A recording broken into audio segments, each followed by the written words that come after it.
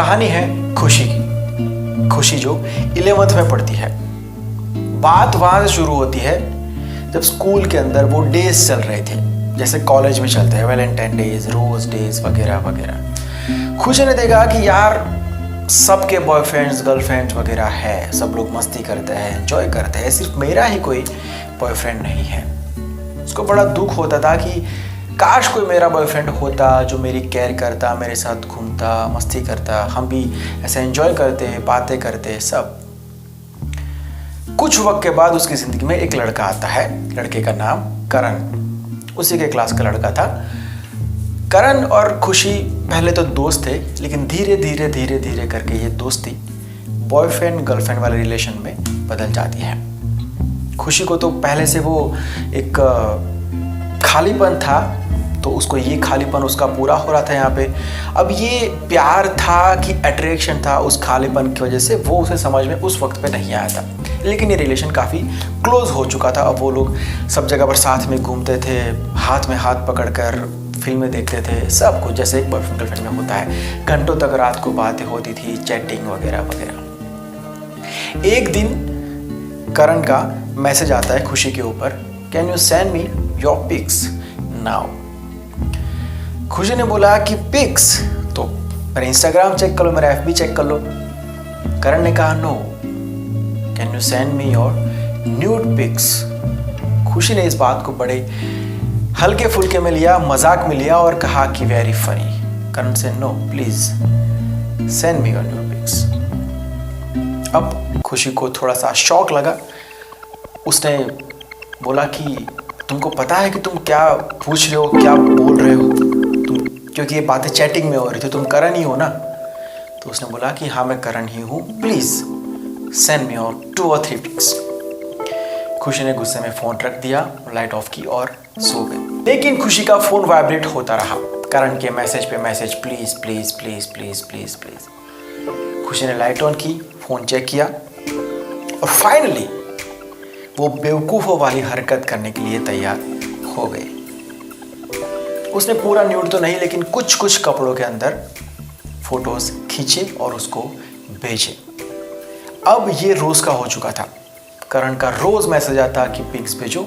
खुशी अब उसके लिए रूटीन हो चुका था, एक ट्रस्ट से वो पिक्स भेज दिया करती थी। खुशी ने भी मार्क किया था कि उन दोनों का जो रिलेशन था, जब वो मिलते थे, पहले रिलेशन था प्यार मोहब्बत वाला, बातें शेयर की जाती थी, फीलिंग शेयर की जाती थी, अपने साथ जो भी होता था पूरे दिन वो सब बातें होती थी। लेकिन अब ये सब बातें होती नहीं थी, ज़्यादा टचिंग और क्लोजनेस हो गया था और इस मैटर में खुशी बिल्कुल भी कंफर्टेबल नहीं थी। और खुशी ने बहुत बार करण को बोलने की कोशिश की, उसको इग्नोर किया, लेकिन वो लड़का समझ ही नहीं रहा था। अब ये सब कुछ जो शुरू हुआ था, एक देखा देखी में शुरू हुआ था कि सबके बॉयफ्रेंड्स हैं, मेरे नहीं है, तो एक खालीपन था, एक अट्रैक्शन था। उसी टाइम पे करण आया और ये एक रिलेशन शुरू हो गया था। अब उसे ये सब ठीक नहीं लग रहा था, लेकिन ये काफ़ी आगे बढ़ चुकी थी बात। लेकिन ये सब जब ज़्यादा होने लगा, अब खुशी बिल्कुल भी उस लेवल के बाहर चली गई थी, अब सहन नहीं हो रहा था। तब उसने बोल दिया करण को कि बस यार, तुमको समझ में नहीं आ रहा है मैं तुमको क्या कह रही हूँ, मैं नहीं हूँ कंफर्टेबल इसमें, और मैं ऐसी लड़की नहीं हूँ जैसे तुम मुझे सोचते हो। कंफर्टेबल नहीं हूँ मतलब ये मैं तुम्हारे साथ ज़बरदस्ती कर रहा हूँ क्या? हाँ तुम ज़बरदस्ती कर रहे हो, मैं नहीं चाहती हूँ ऐसा, और मैं ऐसी लड़की नहीं हूँ जैसे तुम मुझे समझते हो। अच्छा, अगर ऐसी लड़की नहीं हो तो उस दिन फोटोज क्यों भेजे थे? ये बात सुनकर खुशी को बहुत दुख होता है। कहती है कि अब हम कभी नहीं मिलेंगे और कभी भी मुझसे बात करने की कोशिश भी मत करना, नहीं तो मैं पुलिस को भी इन्फॉर्म कर सकती हूँ कि ये लड़का मुझे परेशान करता है। करण कहता है कि ऐसा थोड़ी होता है, तुमने कह दिया ब्रेकअप तो हो गया ब्रेकअप, मुझे नहीं करना है ब्रेकअप, चलो। खुशी के पास उस बात का कोई जवाब नहीं होता है, क्योंकि उसे पता था कि गलती उसी की थी। ये सब शुरू करना ही नहीं चाहिए था, और शुरू किया तो किया। ये फोटोज़ वाला चैप्टर गलत हो गया था। अब ये जो कुछ भी झमेला हुआ था उसके बारे में खुशी के घर पर बिल्कुल भी पता नहीं था। उसके पेरेंट्स बेचारे सीधे साधे टीचर थे और खुशी नहीं चाहती थी कि ये सारी बातें घर तक आए। गलती होनी थी, हो गई, लेकिन अब ये सब स्टॉप हो जाना चाहिए, लेकिन ऐसा हुआ नहीं। एक लिमिट क्रॉस होने के बाद खुशी ने अपनी माँ को सब कुछ बता दिया। उसकी माँ ने उसको 2 खींच के थप्पड़ लगाए, उसका हाथ पकड़ा, लेकर गए उस लड़के के घर पे, करण के घर पे। उसके पेरेंट्स को भी कुछ नहीं पता था, करण के पेरेंट्स को भी इस बारे में कुछ भी नहीं पता था। पेरेंट्स को बुलाया, करण को बिठाया और पूरी बात खुल कर बताई कि ऐसा ऐसा हुआ है और अब मेरी लड़की फोकस नहीं कर पा रही है क्योंकि उसके पास, आपके लड़के के पास इसकी तस्वीरें हैं। करण के पेरेंट्स ने भी इस बात को पॉजिटिव लिया, करण का फ़ोन दिया, उसकी मम्मी ने खुद ही सारी तस्वीरें डिलीट की और उस मैटर को वहाँ पर ख़त्म किया। उसके बाद सब कुछ नॉर्मल हुआ। दूसरे दिन जब खुशी स्कूल जाती है तो एक अलग ही फील था स्कूल का।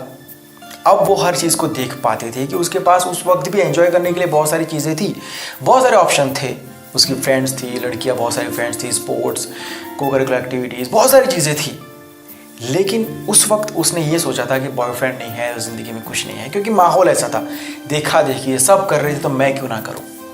लेकिन ये जो झटका उसको लगा था, उस झटके ने उसको बहुत बड़ी सीख दे दी थी उसकी ज़िंदगी की, और वो बहुत ही मैच्योर लड़की बन गई थी। अब उसको ये बात अच्छे से समझ में आ गई थी कि किसी और की सिर्फ खुशी के लिए ऐसा काम नहीं कर सकते जिसमें आप कंफर्टेबल नहीं हो। उस लड़की से बात करती थी, घूमते थे, दैट्स ओके।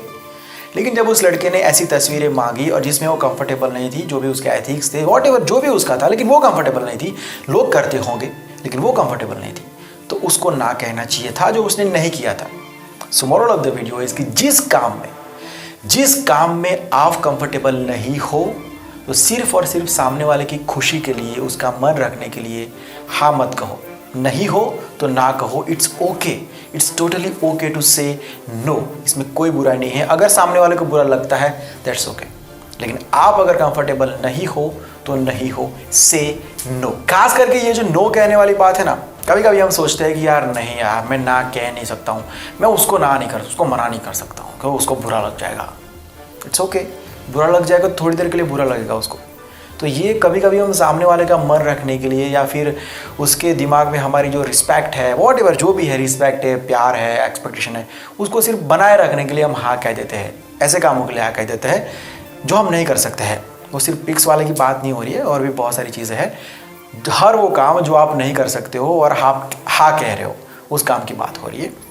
तो उस वक्त उसको बुरा लगेगा, लगने दो, लेकिन आगे जाके वो रिलेशन मेंटेन रहेगा, आपका अच्छा रहेगा। उसको भी लगेगा कि यार इसने मुझे मुंह पे ना बोल दिया था, तो वो भी डिसीजन ले पाएगा कि क्या करना है। ओके देन, आज की बातें यही तक रखते हैं। एक्चुअली ये पॉडकास्ट की सीरीज़ थी, लेकिन आप लोगों के मैसेज आ रहे थे बार बार कि नहीं आप कैमरा पे आके स्टोरीज़ बताओ। ये सब आप लोगों की भेजी हुई स्टोरीज़ है। आप भी हमको स्टोरीज़ भेज सकते हैं, ऐसी कोई स्टोरी जिससे आप अपनी ज़िंदगी में कुछ सीखे हो, ऐसी स्टोरी जिसको आप शेयर करना चाहते हो ताकि बाकी लोग भी सीख सकें। तो ऐसी स्टोरीज आप मुझे भेज सकते हो। इंस्टाग्राम आईडी नीचे दिया हुआ है, वहाँ पर आपको मुझे डीएम करना रहेगा, मैसेज करना रहेगा। जो भी स्टोरीज हम कवर कर सकते हैं, जो हमको लगेगा कि मैक्सिमम ये लोगों को फ़ायदा कराएगी, ऐसी स्टोरीज़ को हम कवर करेंगे। और कोई टेंशन नहीं है, नाम, प्लेस, ऐसा कुछ भी कवर नहीं करेंगे। सिर्फ आपकी बातें और हमारा प्लेटफॉर्म यहाँ पर हम यूज़ करेंगे। ओके देन, मिलते हैं बहुत जल्द एक नई कहानी के साथ, एक नई वीडियो के साथ। Bye, take care and see you soon.